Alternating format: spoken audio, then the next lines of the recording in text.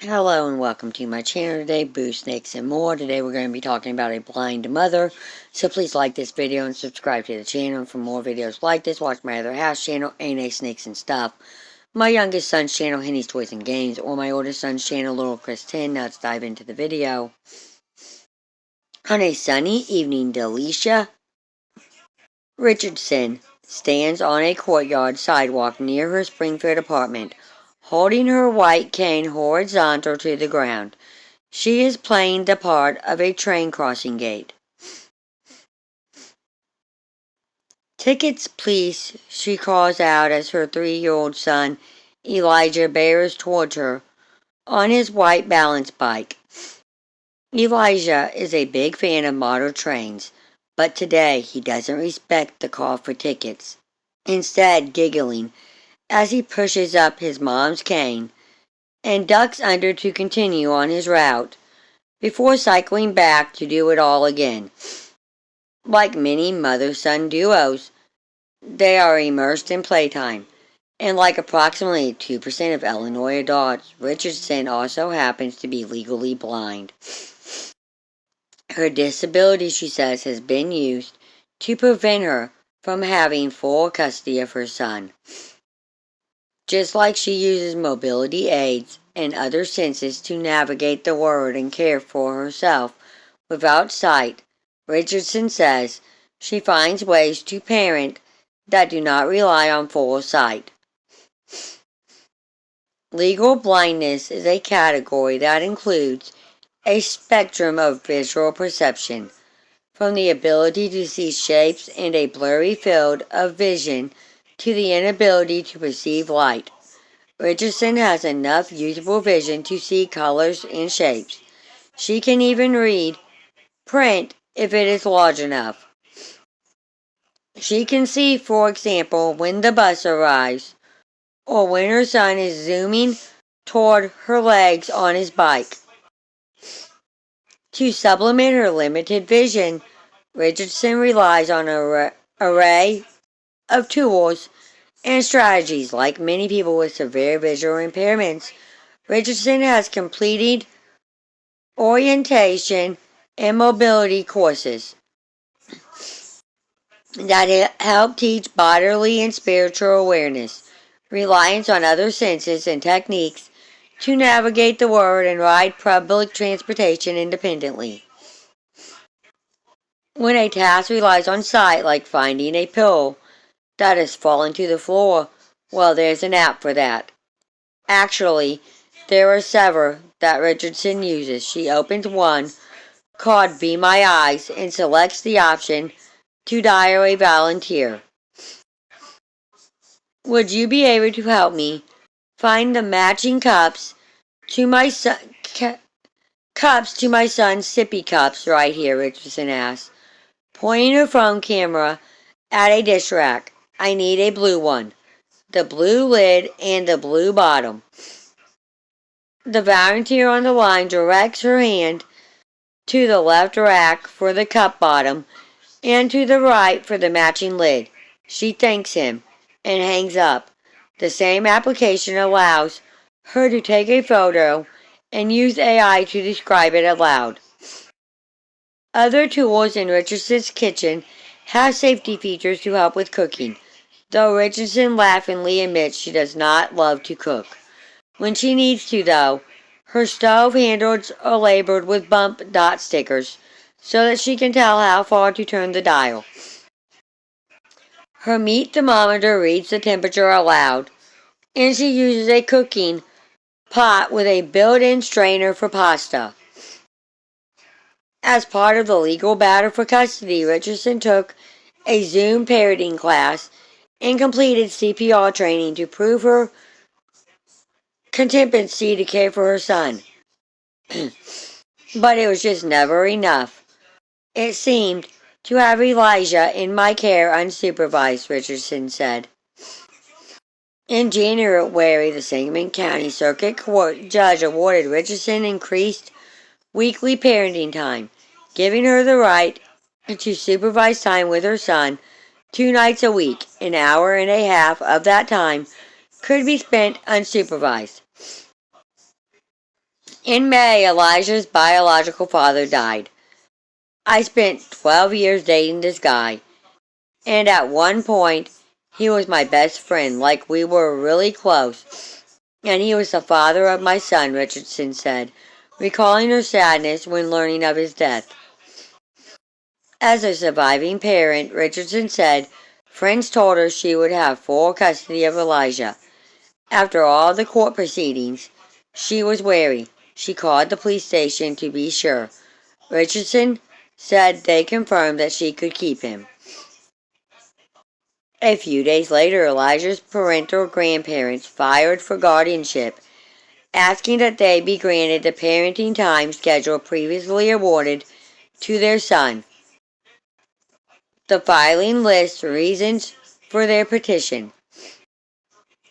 That Delisha Richardson is legally blind and has very significant vision problems, such that she is unable to make and carry out the day-to-date sync childcare for the minor child and to carry out day-to-day childcare decisions concerning the minor child, the petition stated. This petition also lists reasons why the grandparents' guardianship would be favorable, including their interest in supporting his education, care, and well-being. Aside from her blindness, there are no other stated concerns regarding Richardson's inability to parent her son. Although they may have been considered during court proceedings, ultimately the judge sided in favor of Elijah's grandparents. They declined to be interviewed for this story. The Americans with Disabilities Act requires that courts conduct an individualized assessment of a parent's ability to provide for their child's needs, and that they not rely on stereotypes about the parenting abilities of people with disabilities. However, it is not uncommon for blind parents to claim disability-based discrimination in custody proceedings. A 2012 report by the National Council on Disability found that parents with disabilities were the only distant community of Americans to regularly struggle to retain custody of their children. In families where the parental disability is physical, 13% have reported discriminatory treatment in custody cases. Parents who are deaf or blind report extremely high rates of child removal and loss of parental rights, the report said. The National Foundation of the Blind advocates for equal treatment of visually impaired people. Chris Danielson, Director of Public Relations for the organization, said they had assisted in a number of legal cases where the parent's blindness was used against them in a custody dispute.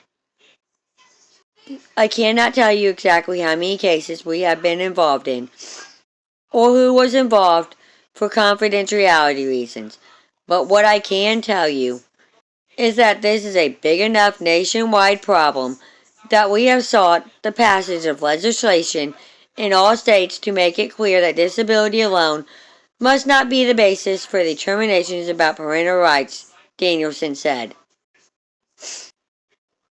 Illinois is one of the states that has adopted the National Federation of the Blind's model bill by passing the Parental Rights for the Blind Act, signed into law by Governor Bruce Rayner in 2017. The legislation sought to protect due process and equal rights for blind parents.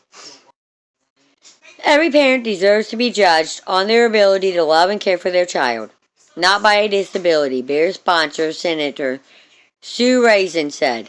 The General Assembly found that blind individuals face unfair, preconceived, and unnecessary social biases regarding their ability to successfully parent their children, especially in legal proceedings for custody of their children. The bill said a person's blindness shall not be the basis For of a denier or restriction of parenting time or responsibilities, Resin said. The bill provides that the party bringing the allegation must prove their clear and convincing evidence that blindness endangers or will endanger the health, safety, and welfare of a child. Richardson thinks her son is not in danger with her.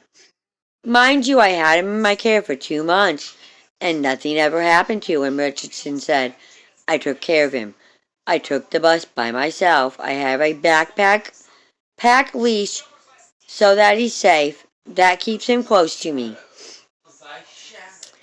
Terrence Craig Jr. works as a personal assistant for Richardson through the Illinois Department of Human Services Division of Rehabilitation Services. He comes to help her 4 days a week with tasks like cooking, cleaning, and grocery shopping. He is also one of the court-approved supervisors for Richardson's parenting time with Elijah. She never put him in danger, Craig said. The only thing he had was maybe his shoes weren't on right. He may have had a fall at the park. He added that she is very careful in the kitchen, only using the back burners, and always putting knives and dishes in the sink where they cannot fall. Craig described Richardson teaching her son to speak well and to help her navigate. Walking back to the apartment after playing in the courtyard, Elijah pointed out the directions to their home and warned his mother about a car on the road. He's safe and comfortable. He sleeps. He listens to her, hugs her, he jokes with her. Craig added he's doing fine when he's next to his mom. Richardson walked to her closet to retrieve her old brow rider, Elijah, who had been diligently watching his favorite television show. Paw Patrol apparently realized his mom had left the room. I couldn't find you, he called, running in. I want to go watch my show. Richardson scooped up her son, giving him a barrage of loud kisses in the air before following him back to the living room. She hopes to win an approval for full custody, but tonight she will just enjoy the time with her son.